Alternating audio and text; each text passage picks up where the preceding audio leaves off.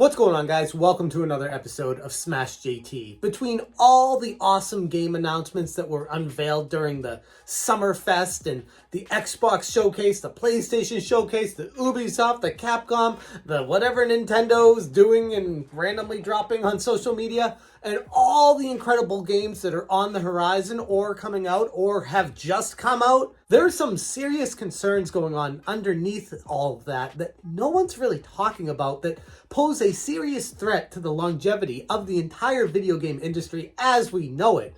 And I don't want to get too doomsday on this, but with all these little things, these delays, these events, these life cycles of creating a game and the money that's going into it and the games that are being developed, we got a big problem on our hands.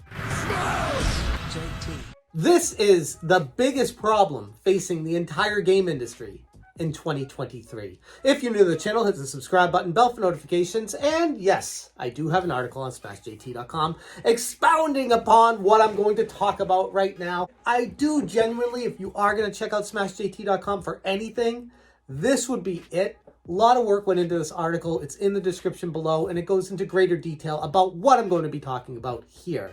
The issue facing the video game industry, especially the AAA industry as we know it, is facing an impasse between the likes of all these awesome games that are getting unveiled and announced way too early and nothing being shown past half a decade after that. There's some problems. Exhibit A, Metroid Prime 4. A game that I was so hyped about, I couldn't contain myself. When Nintendo unveiled that at a Nintendo Direct in June 2017, everyone was hyped. And it was just the logo. Typically, historically with Nintendo, if they're going to hype people up, if they're going to go down that road, they give people a taste because they know they have something else to show them after that. And then we waited. And then we waited. And we waited. 2 years later, there was an update saying, we're sorry, the game is not up to our standards. We are scrapping the project and starting all over again. Nintendo definitely learned from that mistake, I'd like to think, and no longer announces games that early anymore. I don't know if we count Pikmin 4 in that, but they don't want to get caught up in that until they know they're ready to show something, because that was a huge mistake by Nintendo to go that big, that early, knowing full well they had nothing to show anyone, and when they finally got to the point of showing people, they were like, eesh, this ain't good. Okay, understandable, companies make mistakes, I get it. The greater point of this video is the development cycle, the life cycle behind the scenes before a game even comes out. This day and age, a AAA title with the millions and millions, sometimes approaching hundreds of millions of dollars going into a game during its complete life cycle, past the release and into updates and patches and all that, the gaming industry is getting extremely expensive to be successful in. If you're a company that can release a game that's a big hit, you're fine. Okay, you're good. The problem comes in with the time it takes to develop a game, come to release, market it, sell it, all that stuff. It gets to be extremely costly, and it's a huge risk. The greater the risk, the greater the reward. And as time carries on, we've seen rumblings of this over the past few years. But like I said, it seems to be coming to a head right now where it's just, maybe it's inflation, maybe it's just the world as it is, but what's transpiring right now is the games are getting so long in the tooth in the development cycle that by the time it actually releases, the studio is on the verge of bankruptcy, hoping that they can recoup their costs of development and continue making games in the future. And they're not going to take a gigantic risk anymore if there's no guarantee of the payoff, especially if it's going to doom the company from the start. Games like Cyberpunk 2077 from CD Projekt Red, where the life cycle development for that was extremely long. We're talking 5+ years of development. Then they released it, and it wasn't ready. especially for the older platforms. They should have just canned it. And they shouldn't have released it for the PS4 and the Xbox One. They should have just kept it on next-gen consoles and made sure it was running properly on that. But they were greedy. They were focused on making their development costs back. They were trying to squeeze every drop out of it. And from that perspective, I can kind of understand where they're coming from if it worked properly. But at the end of the day, it was so broken that it made the entire game look bad for the other generations, for the PC. Everyone's like, I don't want to deal with this. If it's bad on that, why do I want to take a chance on this? And just avoid the whole situation altogether. Now it's been patched, there's updates coming up for it, and people are raving about how good the game is now. It's 3 years later, like how long did it take to get to this point for Cyberpunk to actually be a playable game? And as I've stated in another video, like, sorry, I'm too busy with other games. I'm not going to deal with Cyberpunk. I'm not going to try to dive back into that world. They should have just done it right the first time. Maybe the problem is, going back to the point of this video, there's too much money in the development time and forces some companies to push a game out before it's ready to make sure they can recoup some of the development costs. And as we learned from the recent Capcom Showcase 2023, they are delaying Pragmata. Pragmata is one of the games that I am super hyped for. It looks absolutely spectacular. This, though, is a gigantic risk for Capcom because it's a new IP. There's no old assets to use. There's no world to borrow from. There's nothing that they can combine into this game to save time on development, cut costs, cut edges, cut corners. Just they have to make everything new from the ground up. And the insane amount of development time, costs, and work that goes into that really has to make sure that Pragmata is a gigantic hit when it launches. Otherwise, Capcom is going to lose their ass on this game. Now, most people would agree that, yeah, it's probably going to sell really well. What happens if it doesn't, though? I think that's what people are forgetting. There is a darker side to the game industry where sometimes there's a controversy that happens, like with Cyberpunk, where they have to refund the game because it was so broken to people. They have to give money back to the consumer and apologize to them. And I'm not saying Pragmata is going to be that. Maybe that's why they're delaying it in the first place right now. All I'm saying is they need to make sure that when this game launches, it is not just sells well, but is a monster hit to make their money back.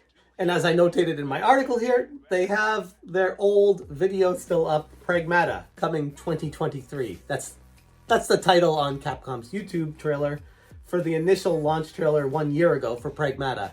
They already told us it's not coming in 2023. They should probably update the title for that, but I digress. Then we got Tears of the Kingdom, which is a game that I'm completely addicted to, hooked on, hook, line, and sinker. I can't get enough Tears of the Kingdom. This game itself took 5+ years of development just to make the sequel. So that doesn't count the 3, 4, 5+ years of however long it took Nintendo to come out with Breath of the Wild. And Tears of the Kingdom, even though it's great, borrows the entire game world. Yes, there's more to it, I get that. But a lot of Tears of the Kingdom is borrowed from Breath of the Wild. And it still took them 5 years. The assets of Link, the characters, how everything works in the game was already done in Breath of the Wild. And it still took 5 years of development for the sequel to come out. And that was a guaranteed hit from Nintendo. They knew this game was going to sell because it already has a well-established fan base. Going back to this day and age with game developers, it's a huge risk to not just sink the cost of development time and money into a game, but when you consider it would be a new IP and there's not really an audience for it yet, does that mean that the direction of the game industry, especially for huge AAA titles, is just going to default back to the tried and true formula of what Ubisoft does? Make basically the same game every year. Assassin's Creed. I'm not knocking it, by the way. It's got a huge fan base, and I haven't played it since Black Flag, and I didn't even play through all of that. I enjoyed it, but it felt exactly the same as Assassin's Creed 1 and 2, and I'm like, okay, I get it. I get the game. I get the game world. It's the same mechanics. It's the same everything over and over. All the missions that you go on, everything. I'm like, yes, it has an audience. It has the people that will definitely be buying it day one every time, and Ubisoft knows that. And it's one of their few AAA, tried and true AAA games that they're able to come out with on an annual, or what is it, semi-annual basis. Every 2 years it's a new Assassin's Creed. Not counting mobile phones, not counting mobile systems, not counting anything else. Just the mainline series of Assassin's Creed. What's it, once every 2 years? And you can set your watch to it. That's a problem to me, because it stifles innovation. That is the direction of the game industry that we're in right now, where these AAA publishers that have money, Ubisoft not so much, but they have money, but that money will disappear if they pour it all into a new IP and it falls flat on its face. The company can go from being one of the top publishers in the entire world to being bankrupt the next day, just from releasing a new IP that sucks. That's the place that we find ourselves in the video game industry in 2023. It's far more risky for a AAA publisher to create a new IP. That's why I applaud Capcom for coming out with Pragmata. That's a huge deal, a brand new IP and an unknown audience. Bravo, that's awesome for Capcom. Who else is doing that though? Look around. You got Diablo 22 and Zelda 78 and Assassin's Creed 69. Like, that's the world that we're in. Metroid Prime 4 plus all the other Metroids out there. It's a huge risk to take on a new IP. And then you see other developers like Square Enix and their ripoff of Splatoon. Yeah, it's a new IP, but it's a pure ripoff of a game that's already shown to be successful, has an audience, and they know that that audience loves that game, and they're ripping directly from it, not taking any chances from what I've seen to differentiate itself. They're making sure that that audience knows that this is Splatoon on a non-Nintendo console. That's the only reason they're moving forward with that game. That's concerning. So really, the only innovators that are left this day and age are Sony, Microsoft, and Nintendo. And with Pragmata, Capcom to a much lower and lesser degree. But then you have the entire indie scene, which is great, by the way. That is, I'm not talking about that. I'm talking AAA games. But the indie scene can still take chances. But even that's getting harder and harder, because with the infinite amount of games out there, what's going to rise to the top? Something that takes chances, or tried and true formula that's been successful in the past for an indie studio that they know they can build off of?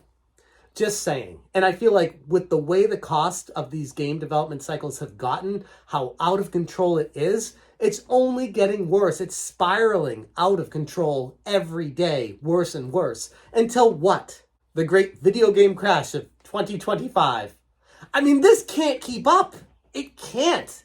That's a problem. That's a huge concern, and maybe it's going to consolidate the industry. We already saw it happening recently with Embracer Group, going through a huge financial drawback, losing a bunch of money, cutting a bunch of people, and withdrawing from a lot of the games they were working on because financially it's not sustainable for them anymore.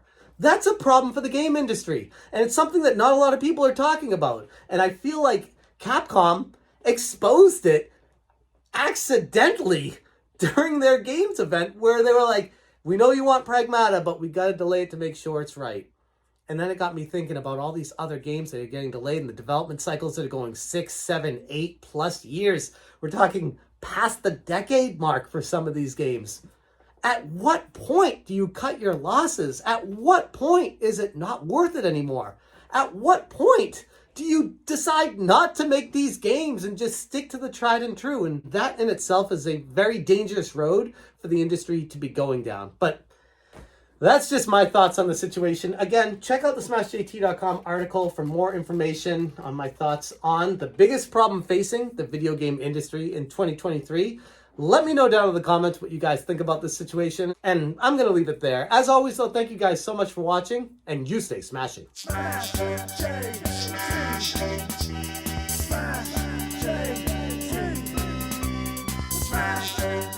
Smash Master Taste.